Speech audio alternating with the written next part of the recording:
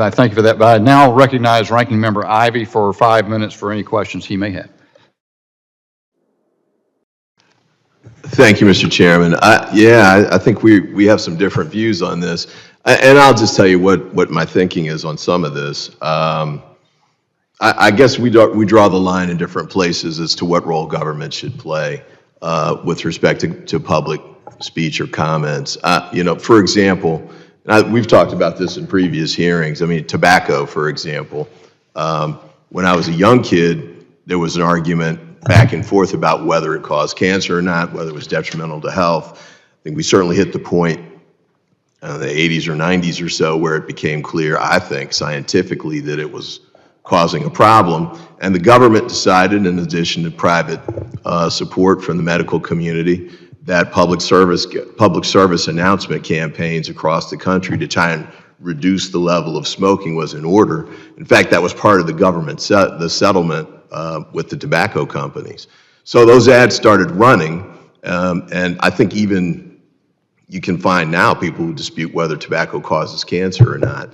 But I think it's pretty clear that that was the government effort with respect to speech that took a stand that was in favor of public safety. Seatbelts is another one. We've got a number of these we could go through. COVID, I know, is controversial, so I hate to walk into the hornet's nest, but some of those points, I appreciate the points you made, Mr. Chenoweth. Some of them, I kind of was definitely on the side of we need to do something like that. We're like injecting bleach will cure you of COVID was one of those. So I take the point that, and I guess that was Mr. Lukowski on the trip from Virginia to Baltimore, was talking about how, sometimes the government's not right, sometimes it is, and that's a fair point. But I think what I'm hearing from the table, at least from Mr. Chenoweth and Mr. Schellenberger, is government should never be taking positions on what's accurate or true or correct, and that's not really my view. But Mr. Chenoweth, I want to give you a chance to, if you give me a brief response, is there a line that you would draw where you think it's okay for the government to take public statements, disagree with information that's out there? And then here's the line, I think, for the censorship piece. Reach out to platforms and say, add content or flag it or whatever. I don't have a problem. I don't have a problem with the government taking a position on anything. I think that that's government speech and that's fine.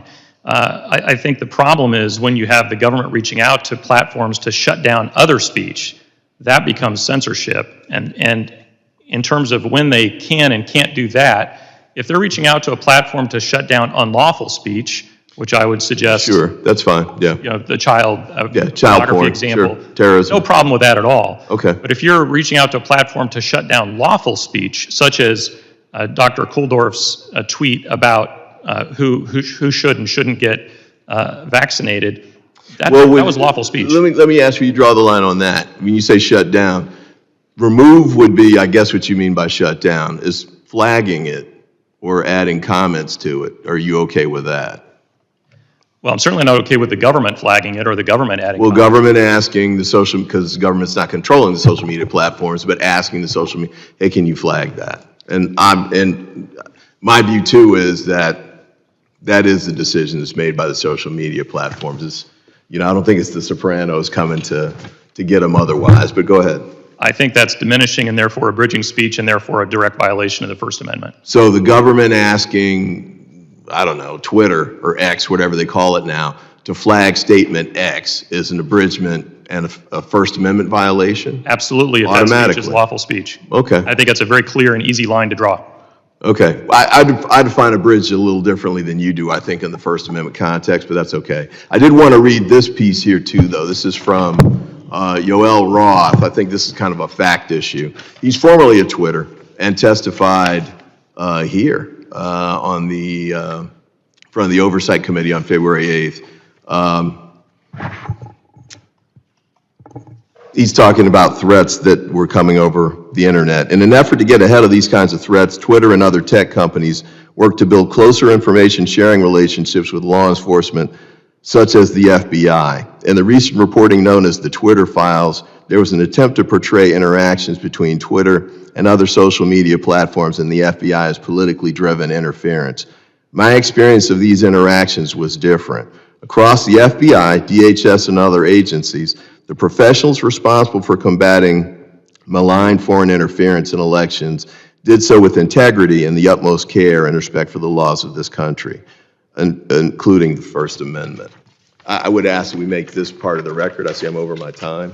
Without objection, so ordered. And I do have a couple of other articles here, testimony. One is the testimony of Kate Starbird, Director of the Center for an Informed Public at the University of Washington, and the other is Mark Rogers, co-founder of the Cyber Threat Intelligence League. Without objection, order to be submitted with the record. Mr. Chairman, could I respond to the Yael Roth point? Is that possible? Well, let me see, Mr. Chenoweth, I think there's a reasonably good likelihood we'll enter a second round. We want to stick to the time so no members disadvantaged. That's true. I'll tell you, let me see, we'll see whether we get through the other witnesses. We'll try to remember to come back to the point at some point in time if we can, if a member's time permits.